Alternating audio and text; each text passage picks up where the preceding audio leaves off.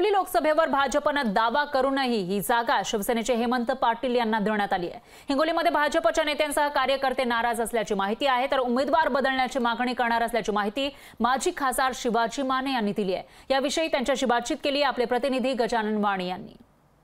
हिंगोली लोकसभेवरती भाजपनं दावा केला होता, तरीही महायुतीतील शिवसेनेला जे आहे ते हिंगोली लोकसभेची जागा देण्यात आली। त्यामध्ये हेमंत पाटील यांना हिंगोली लोकसभेच्या उमेदवारी देण्यात आले। त्यामुळे आता अनेक भाजपाचे कार्यकर्ते जे आहेत ते नाराज झालेले आहेत। कालच्या या ठिकाणी जे हेमंत पाटील हिंगोलीमध्ये आले होते, त्यांना फटाके फोडण्यासाठी कार्यकर्ते त्या ठिकाणी केवळ जे सेनेचे होते, मात्र भाजपाच्या अनेक कार्यकर्त्यांनी जे आहे ते त्या ठिकाणी पाठ फिरवण्याचं पाहायला मिळते। आणि आता आपल्यासोबत माजी खासदार शिवाजी माने जे आहेत। दादा, मला सांगा, कार्यकर्त्यांची मागणी आहे की या ठिकाणचा उमेदवार बदलावा जेणेकरून उमेदवार निवडून येईल। बदलाची भूमिका तर ही सगळ्यांनीच घेतलेली आहे।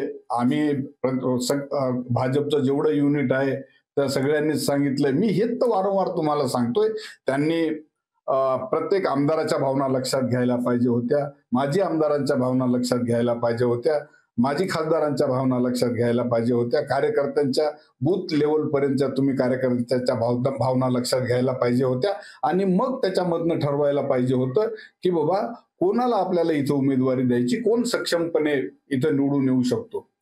तुम्ही महत्वाचे नेते आहात, माजी खासदार आहात, आता आपण पक्षाकडे मागणी करणार या ठिकाणी उमेदवार बदलून द्यावं म्हणून? मी निश्चित करणार, कारण मी पहिल्यापासूनच सांगतोय मला त्यांच्या बाबतीमध्ये विजयाची खात्री वाटत नाही, म्हणूनच मी हे बोलतोय, दुसरा काही माझा अर्थ नाही। हे होते माजी खासदार शिवाजी माने। कॅमेरामन राजेश सोबत गजानन वाणी, लोकशाही मराठी, हिंगोली। लोकशाही मराठी, ऐका, पहा, जागरूक रहा।